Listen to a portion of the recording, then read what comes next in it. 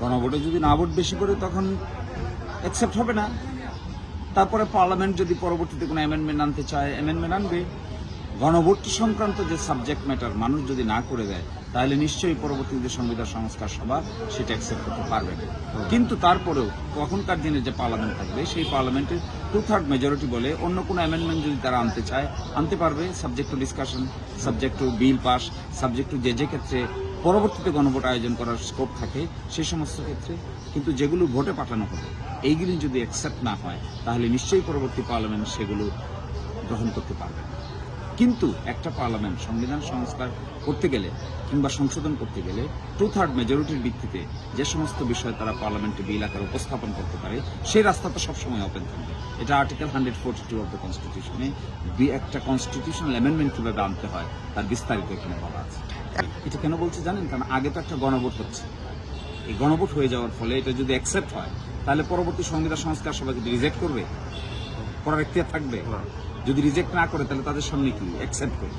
Accept তাড়াতাড়ি করার জন্য একটা টাইম ফ্রেম ঠিক করা হয়েছে। এই টাইম ফ্রেমটাতে বলা হয়েছে, এটাকে বলে আমাদের আইনে উৎসাহ ব্যঞ্জক বা কনসিকুয়েন্সিয়াল প্রভিশন, অর্থাৎ যার ফলশ্রুতি থাকে। আপনাকে এক্সপেক্ট করা হচ্ছে আপনি নিজেই 270 দিনের মধ্যে এটা করে ফেলবেন। 70 দিন লাগবে কেন? গণভোট যদি অ্যাপ্রুভ হয় তাহলে প্রথম 30 দিনের মধ্যেই তো করা যায়, প্রথম 100 দিনের মধ্যেই তো করা যায়। যদি তাই করে ফেলে পার্লামেন্ট তাহলে তো আর দ্বিতীয়টার কোনো প্রয়োজন হয় না। কিন্তু যেখানে যদি কখনো কোনো কারণে এই ধরনের উদ্যোগ নিতে কোনো গাফিলতি ব্যর্থতা দেখা যায় তাহলে গণভোটের যে রেজাল্টটা হবে রেজাল্টটা তো ফার্স্টেট হবে। গণভোটের রেজাল্টটা ফার্স্টেট না করে এটাকে অ্যাকসেপ্ট করার দুটো রাস্তা। একটা হলো একটা নির্দিষ্ট টাইম ফ্রেমের মধ্যে বিল আসবে, বিলটা ডিসকাশন হয়ে অ্যাকসেপ্ট হবে, তাহলে গণভোটের রেজাল্টটা গৃহীত হবে। আরেকটা হতে পারে যে যদি এখানে অ্যাকসেপ্ট না করে শুধু ডিলে করা হয় তাহলে কি হবে? গণভোটের রেজাল্ট কি বাতিল হয়ে যাবে? এই ক্ষেত্রে বলেছে যে গণভোটের রেজাল্টটা তখন অটোমেটিক্যালি 270 দিনের মধ্যে গৃহীত হয়েছে বলে গণ্য হবে। বিভিন্ন আইনে কিন্তু এরকম বিধান আছে। তারপরেও এটা ক্রিটিসিজম হচ্ছে। সরকার চাইলে এই পার্টটুকুকে ভিন্নভাবে বিচার করতে পারে, এই আদেশটুকুকে অ্যাকসেপ্ট নাও করতে পারে, এতদিনের মধ্যে গৃহীত হবে এটা বলে ছেড়ে দিতে পারে, না হলে আবার অটোমেটিক হবে এটা বাদও দিতে পারে।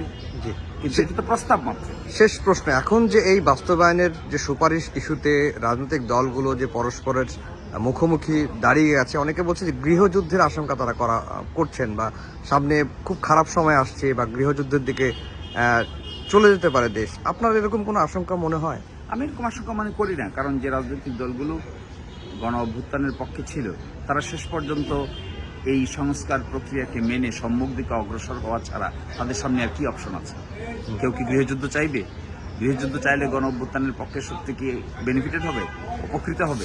তাহলে চাইবে কেন? শুধুমাত্র তারপরে মানুষের মধ্যে কোনো একটা ঘটনা ঘটলে ক্রিয়া প্রতিক্রিয়া হয়। এই ক্রিয়া প্রতিক্রিয়াটা হচ্ছে, আমার ধারণা এটা একটা সময় পরে অটোমেটিক্যালি সেটেল হয়ে যাবে এবং সরকার এখানে একটা স্ট্রং স্ট্যান্স নেওয়া উচিত, নিয়ে জিনিসটাকে তাড়াতাড়ি সলভ করে আর গণভোট এবং নির্বাচনের দিকে অগ্রসর হওয়া উচিত।